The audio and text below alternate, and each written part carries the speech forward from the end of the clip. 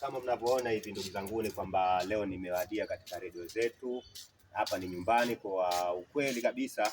Kwanza hivi sasa niko pamoja nanyi wadau wenzangu, na nitaendelea kuwa nanyi moja kwa moja. Hapa nipo nje ya ofisi yetu ya Sauti Istiqama. Moja kwa moja twende mpaka katika studio zetu za Istiqama.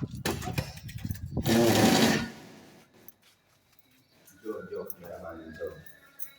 Hapa katika sehemu ambayo tunakuwa viatu, haturuhusiwi kupanda na viatu juu. Unaweka viatu vako na ndo unaingia ndani studio zetu. Kama unavyoona moja kwa moja unaingia hapa.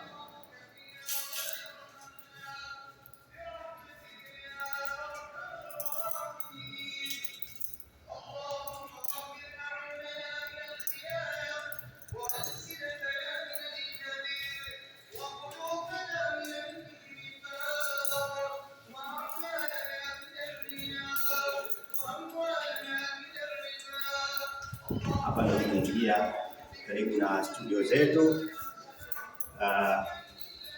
moja kwa moja kama unavyoona hapa.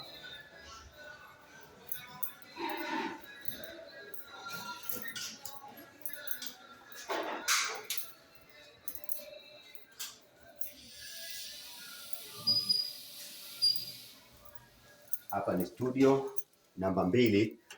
Tunasema kama jikoni pale ambapo tunaandaa mambo mbalimbali ambayo yanaandaliwa katika redio yetu Istiqama. Twende moja kwa moja mpaka studio yenyewe ambapo tunaweza kupaza sauti yetu.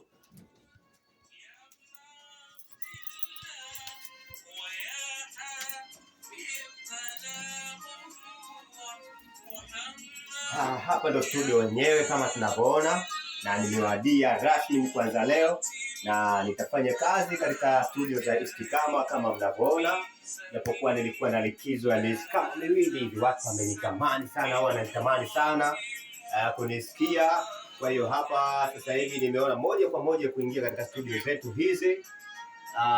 Niwashukuru sana wale ambao walikuwa nami katika muda ambao niko nyumbani, kunipigia simu, ndugu yangu vipi uko wapi, lakini sasa nimewadia na nimerudi, na tutakuwa pamoja inshallah.